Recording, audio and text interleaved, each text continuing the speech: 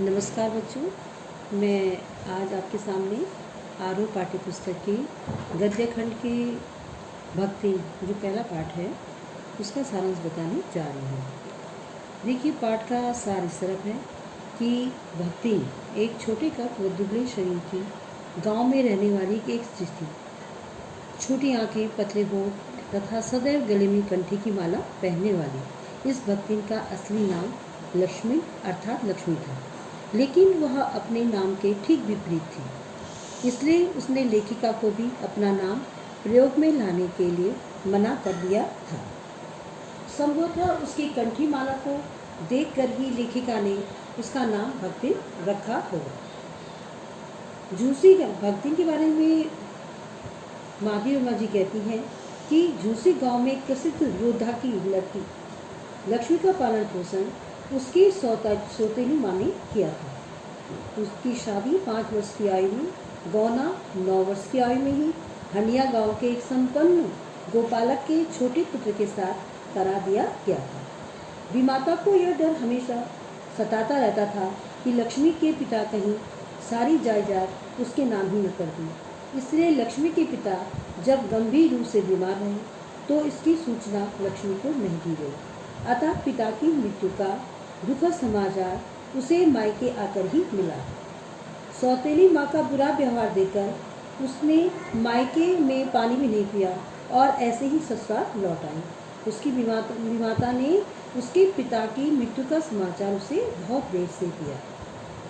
अब आगे लक्ष्मी का विवाहित जीवन किस तरह से है। ससुराल में भी भक्तिन को अब तक की भांति दुखी मिला। सास के 3 कमाने वाले बेटे थे। लक्ष्मी अपने छोटे बेटे की पत्नी होने के कारण अपनी बेटियों सहित घर का सारा काम करती थी और जिठानियाँ अपने पुत्रों के साथ मौज मस्ती से उस घर में रहती थी। लक्ष्मी की 3 बेटियाँ थीं। लक्ष्मी की कितनी बेटियाँ थीं? 3 बेटियाँ थीं और बड़ी बेटी के विवाह के उपरांत ही भक्तिन के पति का देहांत हो गया। अपनी संपत्ति को सुरक्षित रखने के लिए उसने अपनी बेटियों का विवाह कम उम्र में ही कर दिया और जायदाद के लिए उसके परिवार में लड़ाई झगड़ा चलता ही रहता था। इसलिए उसने अपने बड़े दामाद को घर जमाई बना लिया। लेकिन भक्तिन का दुर्भाग्य जैसे उसके साथ साथ चलता है, क्योंकि शीघ्र ही उसके बड़े दामाद का भी निधन हो गया और वह फिर दुखों से घिर गई। बड़े जेठ का लड़का भक्तिन की संपत्ति पाने के उद्देश्य से अपने साले से उसकी बड़ी बेटी का विवाह करवाना चाहता था, लेकिन उसकी मंशा को भांपते हुए लड़की ने विवाह करने से मना कर दिया। जेठ के लड़के का साला लक्ष्मी की बड़ी बेटी से शादी करने की जिद में जबरदस्ती घर में घुस गया तो बड़ी लड़की ने उसे अच्छी तरह पीटा और उस युवक ने सभी से झूठ बोला कि इसी लड़की ने मुझे बुलाया था, अर्थात उस पर चारित्रिक लांछन लगा दिया। और इस तरह से पंचायत वालों ने उन्हें पति पत्नी की तरह साथ में रहने का निर्णय सुना दिया और दुखी होकर के पंचायत का निर्णय उन्हें मानना पड़ा। परंतु अब क्या हुआ, उनके घर में गरीबी रहने लगी। क्यों?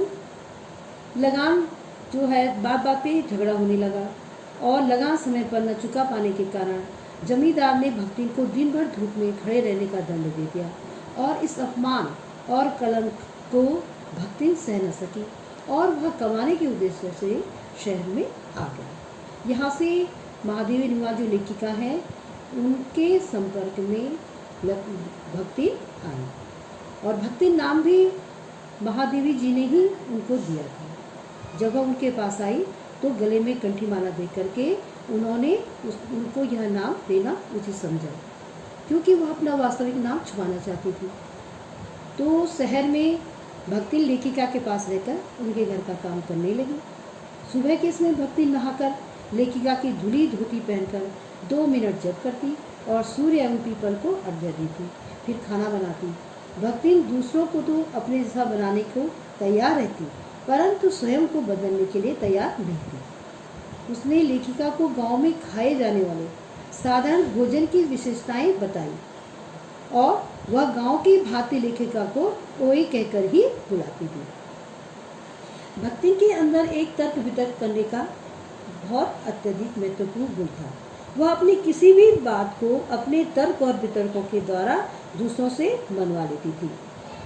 या और इसी प्रकार उसने जैसे कि सिर मुंडवाने की बात पर लेखिका से कहा कि सिर मुंडवाकर तीर्थ जाते हैं, और लेखिका के हस्ताक्षर वाले नियम पर भी भक्ति ने क्या कहा था, यह बात कि यदि वह पढ़ने लगी तो घर गृहस्थी कौन देखेगा। जब लेखिका ने उनसे पढ़ने के लिए कहा तो कहती कि अगर वह भी पढ़ने लगी तो घर का काम कौन करेगा। लेखिका के प्रति भक्तिन का सेवा भाव अत्यंत प्रबल था। वह हर समय भक्ति हर समय लेखिका के काम के लिए तैयार रहती थी, उपस्थित रहती थी, और उनको जिस चीज़ की भी आवश्यकता होती थी वह तुरंत उनकी मदद करती थी। उनके लिए भोजन का प्रबंध करती, कपड़े धोती और पुस्तकों को तरीके से रखती थी। वह लेखिका के साथ बद्रीनाथ व केदारनाथ भी गई थी। भक्तिन की बेटी और दामाद जब उसे बुलाने आए तो वह लेखिका को छोड़ने का मन न बना पाई। लेखिका के सामने भक्तिन ने धन के महत्व को भी कम कर दिया।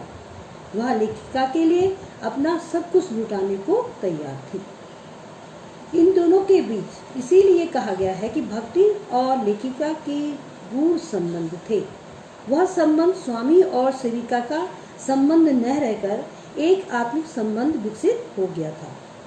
भक्तिन लेखिका के परिचितों का सम्मान लेखिका के इच्छानुसार ही करती थी। भक्तिन छात्रावास की बालिकाओं को चाय इत्यादि बनाकर देती थी। लेखिका चाह कर भी भक्तिन को अपने से दूर नहीं कर पाई। भक्तिन लोगों के लंबे बाल और अस्त व्यस्त वेशभूषा देखकर टीका टिप्पणी भी करती थी, और इसी प्रकार भक्तिन और लेखिका के बीच अत्यंत गूढ़ संबंध स्थापित हो चुके थे। तो भक्तिन और लेखिका संबंध अत्यंत, उनका एक सेविका और मालकिन जैसा संबंध नहीं था। भक्तिन बड़ी स्वाभिमानी और अपनी ईमानदार, अपनी तरफ से वह क्या थी, अपनी ईमानदार थी, और भक्तिन की चरित्र में वह आलसी नहीं थी, परिश्रमी और स्वाभिमानी महिला थी। इस प्रकार आपने भक्तिन का सारांश समझ लिया होगा।